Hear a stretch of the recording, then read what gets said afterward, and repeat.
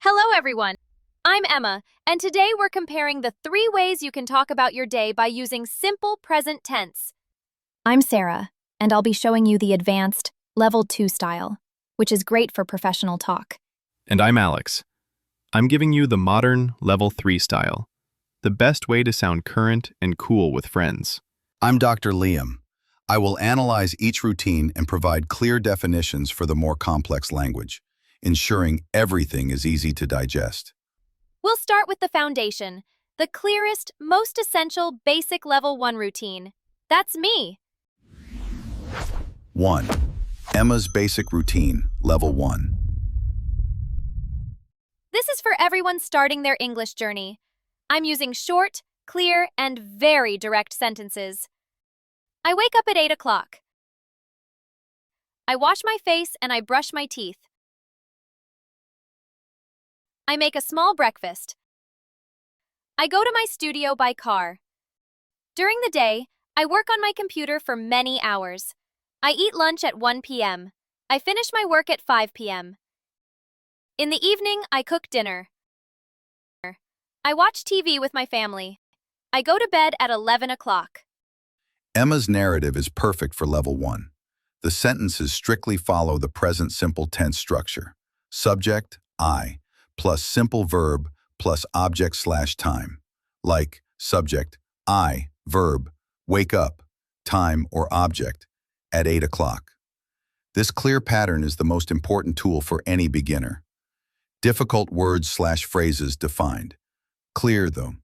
Wash my face, to clean your face with water and soap. Studio, a room where an artist or creative person works. Finish, to complete or end something.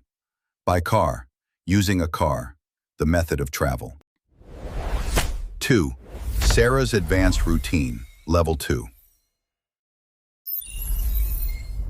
Now we transition to the advanced level, focusing on sequence and reason.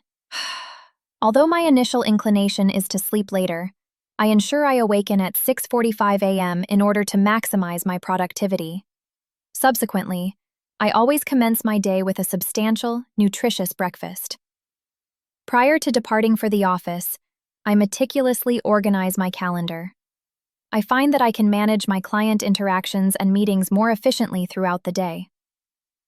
In the evenings, I prioritize a complete disconnection from work, typically by dedicating an hour to reading, which facilitates complete mental restoration. Sarah's routine is an excellent example of professional English. She uses complex linking structures, although, in order to, which facilitates, and advanced adverbs, meticulously, consequently, to explain why she performs each action, adding depth to her speech. Difficult words/phrases defined. Initial inclination, your first thought or desire. In order to, used to explain the purpose of something, similar to so that. Commence, to begin or start. Prior to, before. Meticulously, very carefully and precisely. Consequently, as a result of something. Disconnection, separating yourself from work, stress, etc. Facilitates, to make an action or process easier. Restoration, the act of bringing something back to its original healthy state. 3. Alex's modern routine, Level 3. All right, here's my typical weekday, using all of the modern English vibes. I don't crash out of bed until 7:30 a.m. I grab my coffee because I'm literally living for that caffeine hit. I peep my emails to see if anything is low-key urgent before I even get dressed. I usually skip breakfast and bounce out the door by 8:45 a.m. The afternoon commute back home is a whole vibe because I listen to my music. When I get back, I order takeout because I can't be bothered to cook. After dinner, I just zone out watching sports until I pass out around midnight.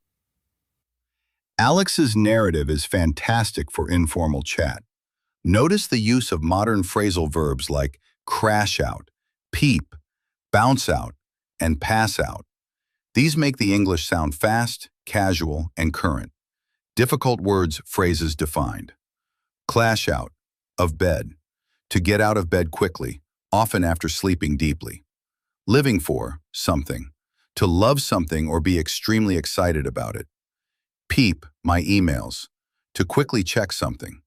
Low-key, secretly or slightly, for example, low-key stressed.